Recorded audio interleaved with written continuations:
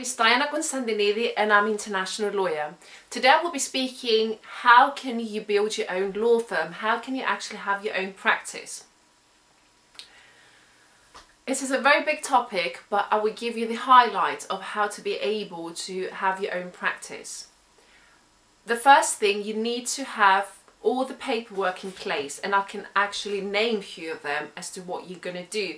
And please bear in mind that depending on from the jurisdiction that you are from, the procedures may vary accordingly. So you need to make sure that you do check with your relevant authority, with the Bar Association, and to ensure that you got everything in place. So the first thing I will be speaking about is about the process, the paperwork that you need to have in place. The second part that I find to be the most important one, it's business development. What we mean by business development is to have clients. If you do not have clients, it would take time, because part of the business development, it never ends. Even if you are you're working in one of the top law firms, you actually have the business development part of it. And the third, it's marketing. So when you have your own practice, you are dealt with all the spectrum simultaneously. So you will be developing skills that a traditional lawyer would not normally have. But if you want to have your own practice, you're also an entrepreneur. So you need to be able to accumulate the skills from both of those two different sectors at the same time. Paperwork, the first one. First of all, you need to check with your authorities and apply for you need to actually fulfill the right application. There are many different ways. I'm not going to go through explaining different ventures that are out there.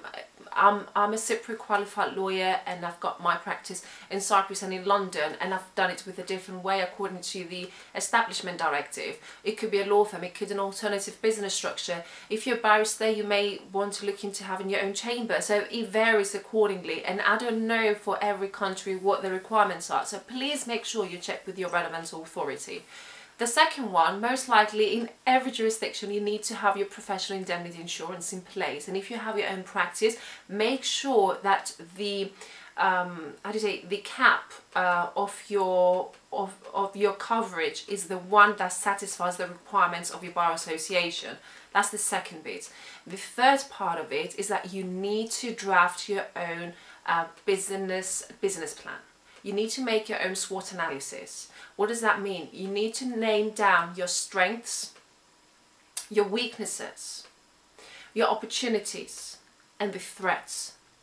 I cannot stress enough how important it is, because once you actually see, once you write everything down, you will be able to understand exactly what you need to do and the steps that you need to follow.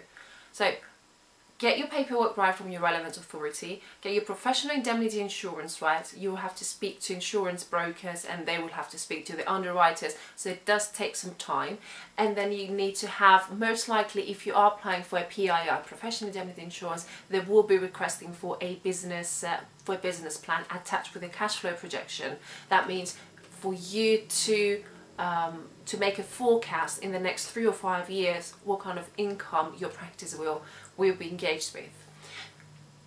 A deep breath. This is the paperwork. If you've done it, it means you've done a very big part of your authorizing your practice. Congratulations if you've done it. Have a lovely cup of tea. That's what I did when I celebrated my bit. I'm a tea lover, so there you go. And then that's the part of having your paperwork right. Now, the second part, it's to have clients. If there are no clients, it was not going to go far away, because you need to be able to engage with clients, you need to be able to represent your clients to the court, get some income, etc. How do you get your clients? Exhibitions, attending events, attending conferences, speaking into conferences, seminars, be a lecturer in a university. That helps quite a bit. And there's so many other ways that you'll be able to engage with in order to raise awareness of who you are and what you do. And business development, it does take time. You need to enhance your virtue of patience. Because if you're impatient, it's not going to happen from one day to another. Clients is not going to come to you over one night. So therefore, you need meanwhile putting everything in place, you need to go out there and get yourself to those events and let people be aware of what you are willing to do and what you're going to be doing. And thirdly, I did promise to deliver the marketing part. What is marketing part? Make use of the era of technology. We are living in the era whereby social media, YouTube, what else is out there, and you know, anything else that has to do with technology can really help us for free to raise awareness into what we do.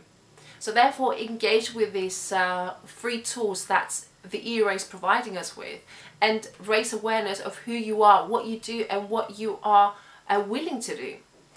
Therefore, I've delivered today 3 main, very important parts of your ability to deliver a practice. First of all, your paperwork.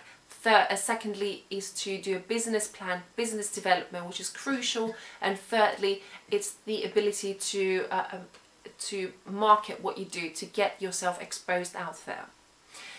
That is for me for now. If you do have any questions, please let me know. I'll be very happy to answer them, and I will see you in the next video. Have a lovely day, and if you have your own practice, please let me know. I would love to hear from you. Have a lovely day, people. Bye bye.